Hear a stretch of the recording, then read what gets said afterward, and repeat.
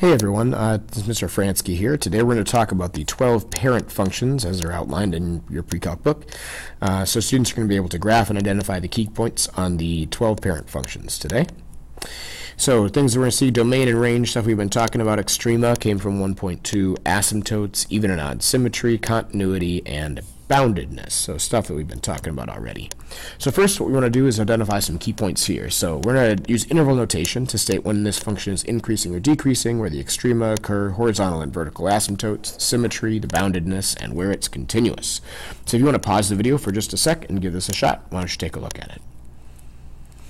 Alright, let's take a look at it. So first let's talk increasing and decreasing. So I guess I'll flip these over here. So we are increasing whenever from the left to the right the function's going uphill. Looks like that's from A to B. Where else? From C to E. And from G for the rest of the time. So G to infinity. And then we are decreasing everywhere else. So negative infinity to A. It's kind of tough to tell, but it looks like we're dropping up to that point from that horizontal asymptote. Where else? B to C. And E to G. Okay, where are the extrema? So we have a relative max at E, and I think that's the only one. And we have a relative min. Looks like we have two of them at A and at G. Remember, things happen at x coordinates. So we're looking at the x-axis here for what those are. If we ask for the value, we would have to find out what the y values were there. We don't have those. So next up, horizontal and vertical asymptotes. So there's a horizontal asymptote at y equals z, it looks like. So this line right here, both the left and to the right, horizontal asymptote. And vertical asymptote, we have one at x equals c, that vertical line. Alright, are we bounded? It looks like we're bounded above. It would be possible to draw a line up here that would bound the function entirely underneath it. So we are bounded above. Okay, and now they ask for where it's continuous. So it looks like the only discontinuity I have is at that vertical asymptote. That's an infinite discontinuity. So we are continuous, negative infinity to c, and also c to infinity. Everywhere else you could draw it without lifting your pencil. C is the only place where we have an issue. Cool. All right. So these parent functions, you have a sheet to go along with this, and I would not blame you if after a couple of these you just decide to skip to the end of each slide and write in the information, because it does get a little bit dull, but I'm going to run through them and hopefully get some fun facts here along the way about each function. We'll see how it goes. So the first function we're going to do is called the identity function. That is y equals x. It's called the identity function because whatever you plug in you get right back out. Remember the function machine? So whatever you plug in here, you just take the exact thing back out. Identity function. So think about this. This would be what kind of a shape? It'd be a line. It'd be a line with a slope of 1 and a y-intercept of 0, right? Because technically this is 1x plus 0. But just y equals x, I'll usually write it, or f of x equals x. So anything exciting? Let's see. Domain, I can plug in here whatever I want. So all real numbers, negative infinity to infinity. Range, I can also get out anything I want, negative infinity to infinity. Continuous everywhere. Increasing the entire time. As we go left to right along the x-axis, it is always going uphill. So negative infinity to infinity. It is never decreasing. Never. I can't write. What else is new? Never. Okay. Symmetry, this is an odd function. We can see that we have that pinwheel symmetry around the origin. You could also, if you plug in negative x, you get the opposite of the original function. F of negative x is negative x, which is the opposite of the original function. So that means it's odd. Not bounded, nope. Extrema, nope. Don't have any maximum or minimum here. It goes up and down forever. No asymptotes, and end behavior, as we go to positive infinity. So as x goes to positive infinity, the function goes to positive infinity. F of x goes to positive infinity. And as x goes to negative infinity, f of x goes to negative infinity. So remember, we may have learned a little bit about limits at this point. The limit as x approaches positive infinity. So as x goes off to infinity, if you were like a point that was fixed to the line, if x is getting bigger, y must also be getting bigger. So that's how you write it. The limit as x approaches infinity, so as x goes to the right, to the right, to the right, the y values, or the function values, are also approaching infinity. As x approaches negative infinity, the function values are approaching negative infinity. They go down forever. Cool. One function down, 11 to go. Here we go. Next one is the quadratic, or the squaring function is usually what they call it. Squaring or quadratic. Quadratic. Sorry, TIC there. So that is f of x equals x squared. And you probably know what shape this is. It's a parabola. Okay.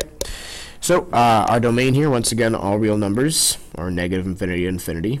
How about our range? We can only get out positive numbers. So included 0 to infinity. There's the only ones we get out.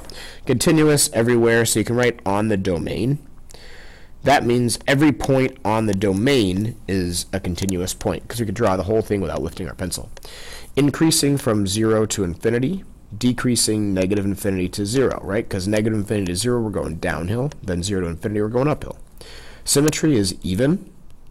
We could see that it would fold across the y-axis onto itself. We could also try the negative x trick. That's negative x quantity squared. When you square it, that negative goes away. That's x squared, which is f of x.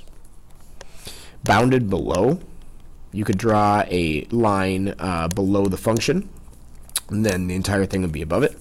Extrema, we have a minimum at x equals 0. Asymptotes, no asymptotes. Even though it looks like they might be going straight up, they will always go out forever. There's no x value where it stops. End behavior, limit as x approaches positive infinity. What's happening as x goes off to the right? The function values are going up forever. And as x approaches negative infinity, the function values are going to positive infinity as well. See, this time as x goes to the left, the function values are also going up. Cool. All right, next one, we got the cubing function. F of x equals x cubed. This is what often is called the lane change, something like that. Okay, a little bit steeper than the squaring function, but similar shape on the right. On the left, it's going down, because if you cube a negative number, it goes down. Domain, all real numbers. Range, this time, all real numbers. We can go down forever as well. Continuous on its entire domain. Increasing on the entire domain. Right? All real numbers. It's going uphill the whole time. Decreasing, never. Symmetry, we have odd symmetry here. If you put the pinwheel right there and you spun it around 180 degrees, that arrow on the top would match up with the arrow on the bottom. This little bump here would match up with that little bump there. You can try it. F of negative x would give you negative x quantity cubed. When you cube a negative number, it stays negative. That is the opposite of the original function. It's the opposite of our original, which means it's an odd function. Not bounded at all. No extrema. No asymptotes. As x goes to positive infinity, the function values go up. As x goes to negative infinity, the function values go down. Cool. All right, let's take a look at the next one. Next one we're going to do is the square root function. That's f of x equals the square root of x. All right. This one actually gets a little bit interesting. If you graph some of these points, remember you can't take the square root of a negative number, so there's not going to be anything over here. Square root of 0 is 0. Square root of 1 is 1. Square root of 2, I don't know. Square root of 4 would give me 2, so that could be out here somewhere. Square root of 9 will give me 3. It kind of starts to look like it flattens out. And what the square root function actually is half of a sideways parabola. Right? Because really it's x equals y squared, but we can't do that because that wouldn't be a function. So we just do the top half, and we have that root x. Domain here is just 0 to infinity. The range, also 0 to infinity, because we can get 0 if we take the square root of 0. Continuous on its entire domain, or you can write 0 to infinity. Increasing from 0 to infinity. Right? If x is anywhere 0 to infinity, we're going uphill. Decreasing, never. Symmetry, there's actually none, right? We can't spin it around because there's nothing in the third quadrant, and if we reflect it, there's nothing in the second quadrant, so no symmetry. Bounded below, right? You could draw a line down here. There'd be nothing below it. Extrema, well, people have asked about this before. They ask, is that a minimum at 0? You can say yes. It's weird because we don't have anything on the left side, but as we approach from the right, it does hit a minimum value. So you can say there's a minimum at 0, 0. That's okay. If you don't say that, though, I'm not going to penalize you for it because it's kind of weird. It's different than like a parabola that clearly has a minimum there. No big deal. Asymptotes? Nope. End behavior. All right, well, as x approaches infinity, so if we go to the right side, the function values are growing. It's slowly, but it's happening. And on the left side, there's nothing over there. So we're not even going to talk about the end behavior on the left because it stops at 0. Now you could say the limit as x approaches 0 from the right-hand side. We'll learn more about this later in the year, but as x approaches 0 from the right-hand side, the function values, what are they approaching? Well, they're getting closer and closer to 0. Kind of weird, but you could write that for the left side end behavior. All right, going to do one more. This is called the reciprocal function. So the reciprocal function is f of x equals 1 over x. Now, you may have seen this graph before. I had one student call it the pew-pew graph because he's like, it's pew on the top and pew on the bottom. Pew-pew, pew-pew, I guess, I don't know. So the reason this makes sense to me is because if x is a very small number, like 1/2, 1/3, 1/4, the smaller it gets, dividing by those small numbers, 1 divided into very small pieces, you're going to give you a big number. The further out you get, this fraction is going to get smaller and smaller. 1/100th, 1/1000th, 1/1,000,000th, getting very small. On the negative side, same magnitude, but those values are going to be negative. So it's going to be underneath instead of on top. All right, domain here. Oh, this is where it gets interesting. We can't have 0 on the bottom, so we can write negative infinity up to 0 and 0 to infinity, but not 0 included on either end. Range is the same thing. Negative infinity to 0, union 0 to infinity. It's continuous on its entire domain, right? It's not continuous at 0, but it's continuous before and after. We are never increasing. Interesting, right? From the left, we're going down the entire time, and then we start going down again. We are decreasing from negative infinity to 0, union 0 infinity, or you could write on its domain. We actually have odd symmetry here. It's weird, but if you took this piece right here and you spin it around the x-axis, the origin, it would map onto this guy right down here. So it's odd. And we can check it. F of negative x would be 1 over negative x. Pull that negative to the front, negative 1 over x, which is the opposite of the original function. And there you go. Are we bounded? Nope, because we go up and down forever. Extrema, none, because once again we go up and down forever. Asymptotes. We have a vertical asymptote at x equals 0. That's the vertical line right here.